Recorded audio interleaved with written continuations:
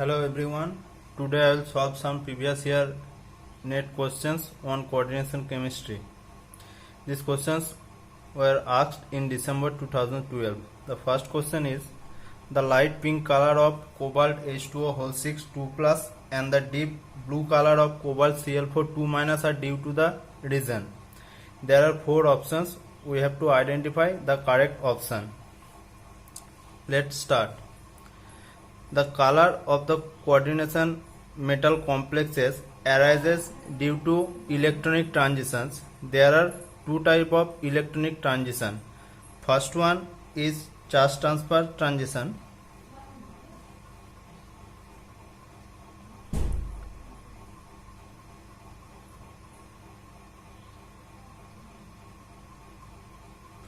Which can be divided into two subcategories. One is MLCT, another is LMCT. MLCT means metal to ligand charge transfer. LMCT means ligand to metal charge transfer. In MLCT, metal should be electron rich.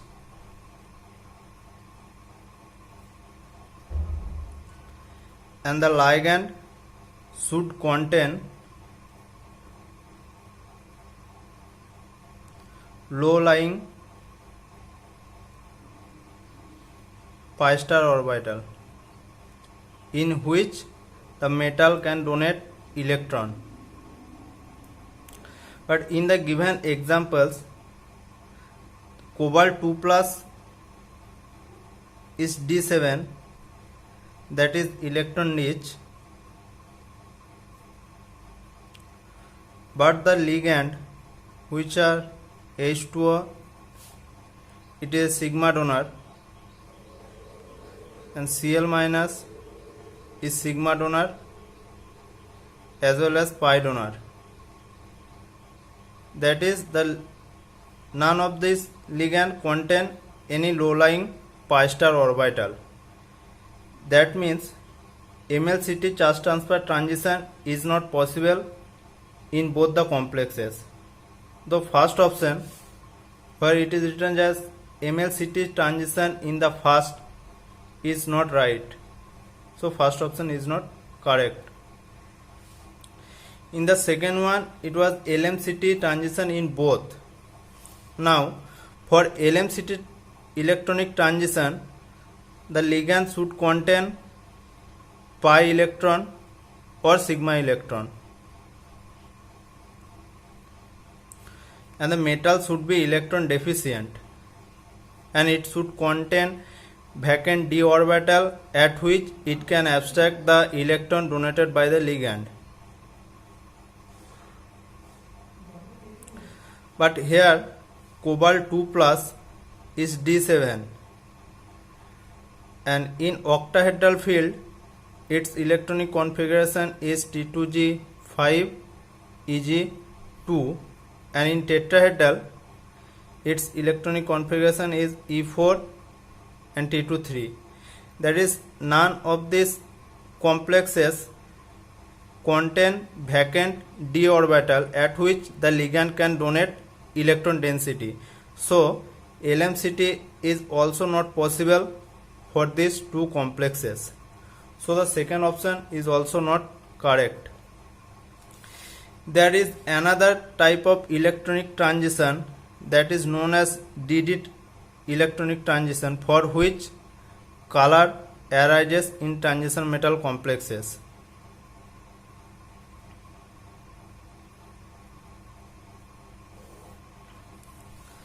Now cobalt 2 plus in octahedral field, the d orbital splitted like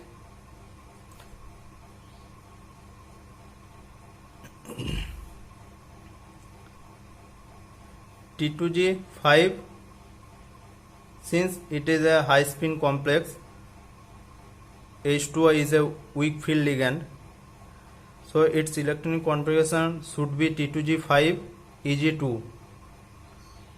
So for DD electronic transition, the spin selection rule delta S is equal to 0 is satisfied,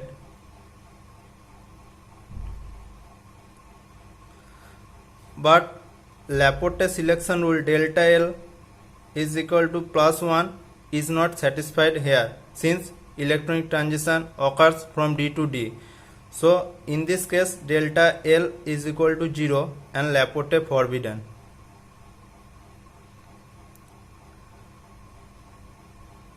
So in cobalt H2O whole 6 2 plus, the color arises due to spin allowed electronic transition, and for this reason the color is light pink.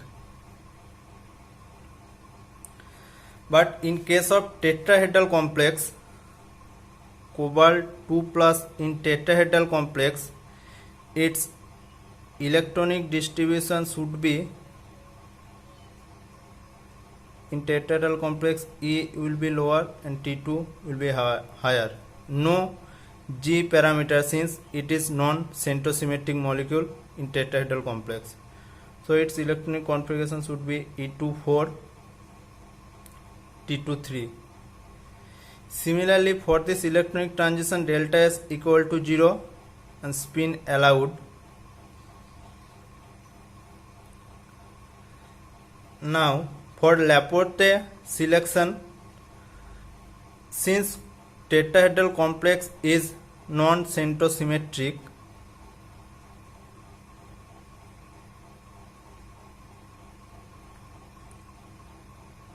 so there is a possibility of DP mixing.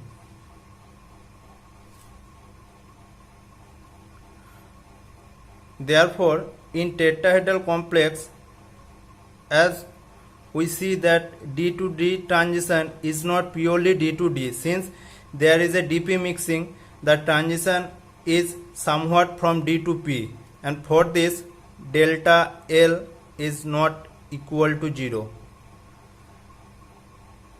and for this it is Laporte allowed. If delta L should be is equal to 0, then it will be Laporte forbidden, as in case of octahedral complex.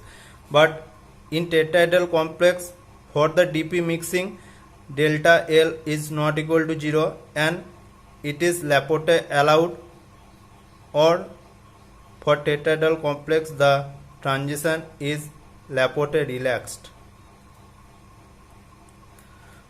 For this reason, tetrahedral complex shows intense transition and the color is intense blue.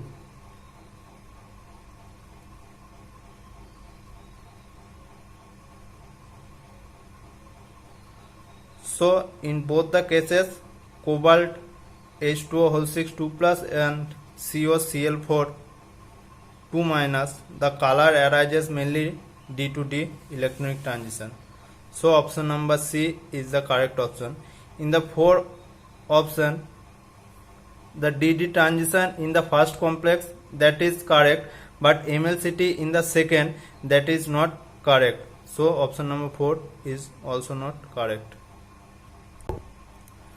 Now the second question is the number of possible isomers of ruthenium PPH3 whole 2 and ACAC whole 2 is.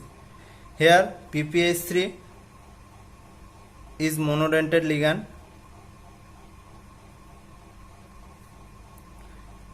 That means it can combine with the metal center through this lone pair of phosphorus. And ACAC, which is acetyl acetonate,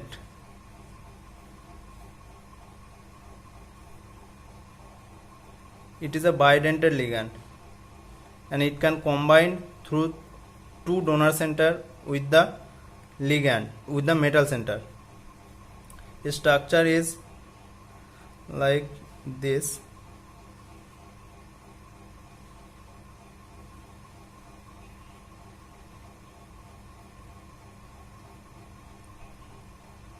And for simplicity we can draw it like this. Now the complex of ruthenium is octahedral complex, since the coordination number of ruthenium is 6.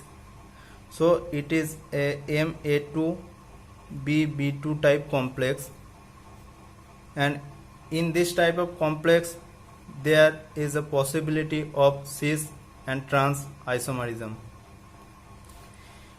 In the cis complex, the structure or geometry of the ruthenium complex should be like this. PPH3 should be in cis, and the acetyl acetonate can coordinate like this.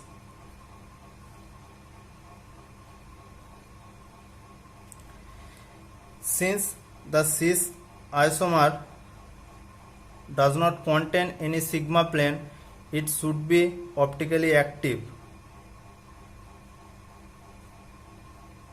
and for this reason there is a enantiomer of this complex, and that will be look like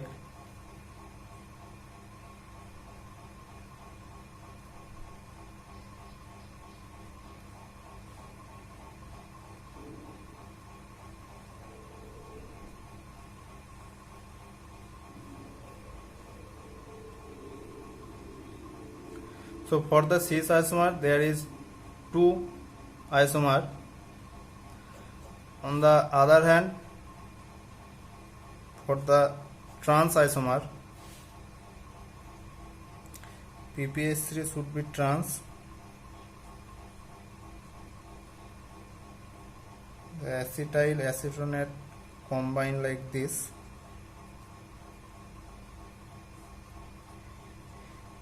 Since there is a plane of symmetry along the square plane containing two oxygen and these two oxygen and the ruthenium metal center, it is optically inactive.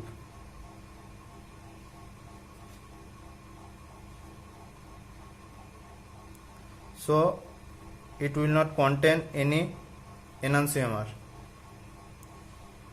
As a whole, there is total 3 isomers for the complex. So the option number B is the right answer. The third question is the total number of copper oxygen bonds present in the crystalline copper 2 acetate monohydrate is. Here the ligand is acetate. Acetate ligand can be drawn like this.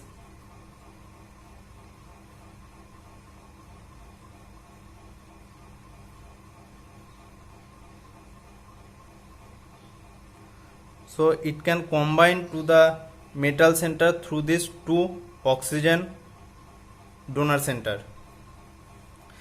Now the structure of copper acetate monohydrate in crystalline form is like this. Here is two copper acetate monohydrate moiety coordinated in the crystal.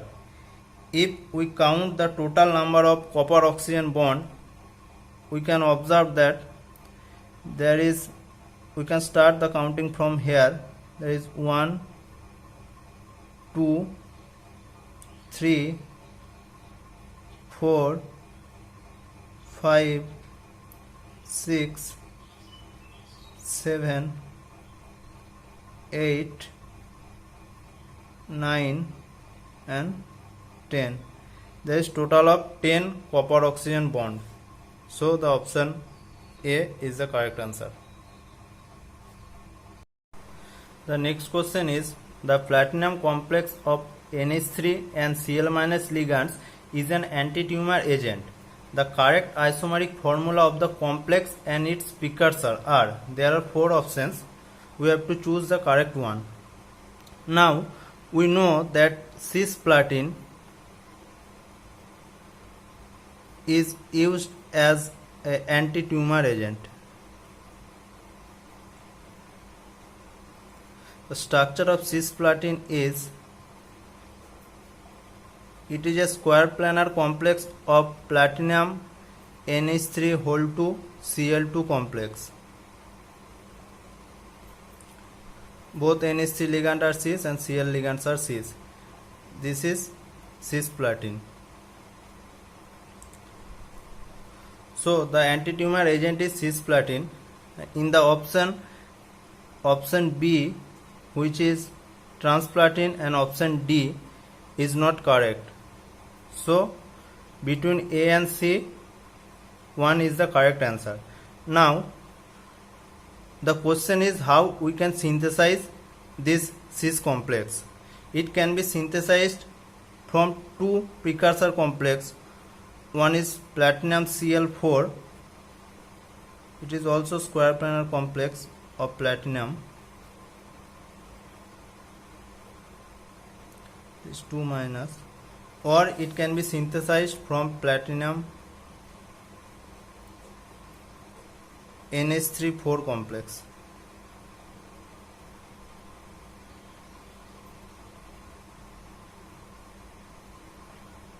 This 2 plus. Now to synthesize from platinum Cl4 2 minus this cis complex, we have to substitute one chloride ligand by a ammonia ligand. Now since 4 chlorine ligands are equivalent, the incoming nucleophile can attach at any one position of the 4 equivalent position. So the complex which will generate is this one. The charge will be -1. Now when another ammonia ligand will attack at the metal center, now the orientation of this ligand will depend on the trans effect of this ammonia ligand. Now the trans effect is the ability of a ligand to labilize a ligand which is trans to itself. That is, if we consider the trans effect of ammonia, it should labilize a bond which is trans to itself, that is this platinum chloride bond. If trans effect of ammonia is greater than chlorine, then the second incoming nucleophile will substitute this chlorine ligand. But if trans effect of ammonia is less than chlorine, then the incoming nucleophile cannot substitute this chloride ligand. It will go to the cis position. Now from the trans effect series, we know that chloride minus ion has greater trans effect than ammonia. So since ammonia has lesser trans effect than the chloride ligand, so it cannot substitute the trans oriented chloride ligand by another ammonia ligand. So the incoming ammonia ligand will substitute this chlorine atom, that is cis, to the previously installed ammonia ligand. So the complex will be generated as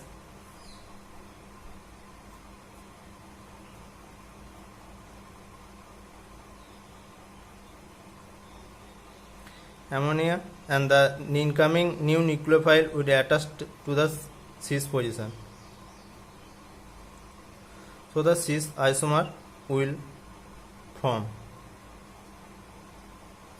On the other hand, if we substitute one ammonia ligand by a chloride ligand, since the 4 ammonia ligand are equivalent, it can substitute any one of the 4.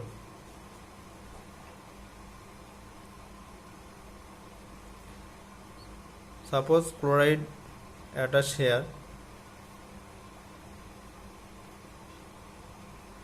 the charge will be +1.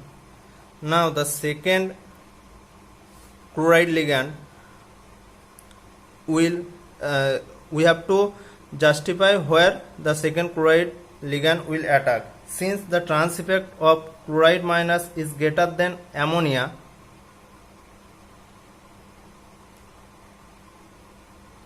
so this chloride ligand will labilize this platinum ammonia bond, and the incoming nucleophile will attach at the trans position of this chloride ligand.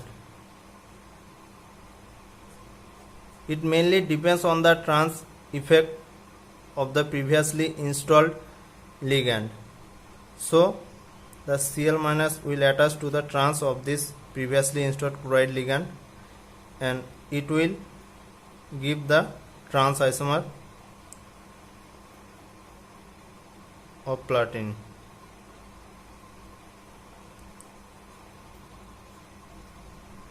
So according to the question, the cisplatin, we can see that the cisplatin can be synthesized from PtCl4 2- complex, and the option 1 is the correct answer.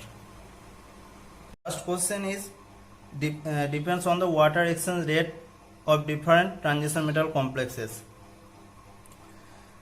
Now it is a very good topic of water exchange rate.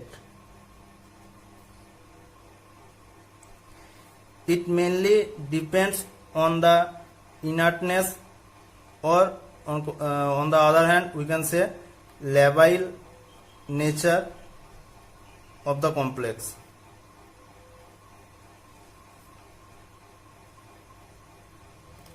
With increasing lability, rate constant of water exchange increases.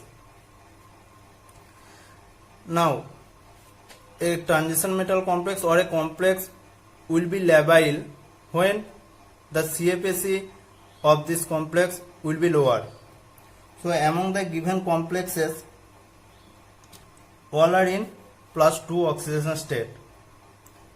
If we compare the CFAC of manganese 2, iron 2 and nickel 2, both are high spin complex. Manganese is T2G3 Eg2, iron is T2G4 Eg2 D6, it is D8, that means T2G6 Eg2. So CFAC order will be manganese 2 plus less than iron 2 plus is less than nickel 2 plus. Labile nature will be inversely proportional to CFAC. Higher the CFAC, less labile is the complex, that means more inert is the complex.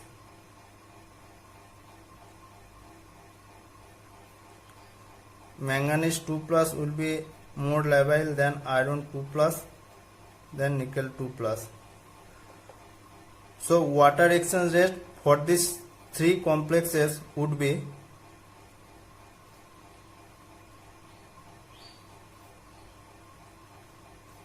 more labile means more water exchange rate,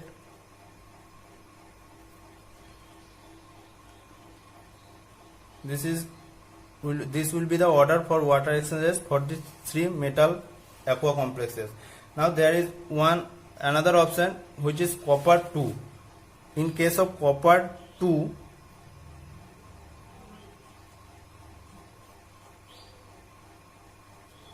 it is T2G6 Eg3 complex.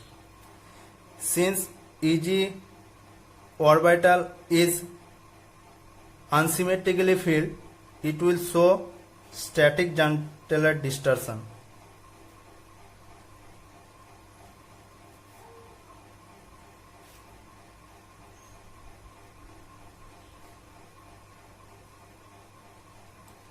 And for this static Jahn-Teller distortion, mainly copper 2 shows Z out symmetry, not symmetry, Z out distortion. For this static Jahn-Teller distortion, the axial CuOH2O bond will be longer, elongated. So the axial bonds will be weaker than the equatorial bond, and for this static Jahn-Teller distortion, copper complex will show the highest water exchange rate constant.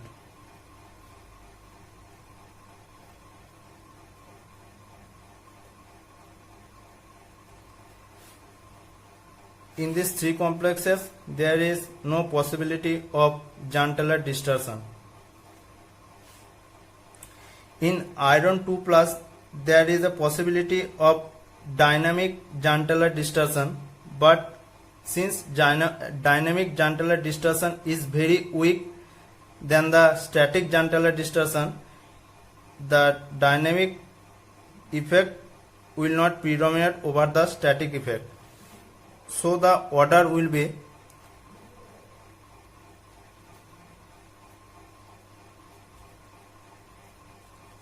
two plus will show higher rate constant,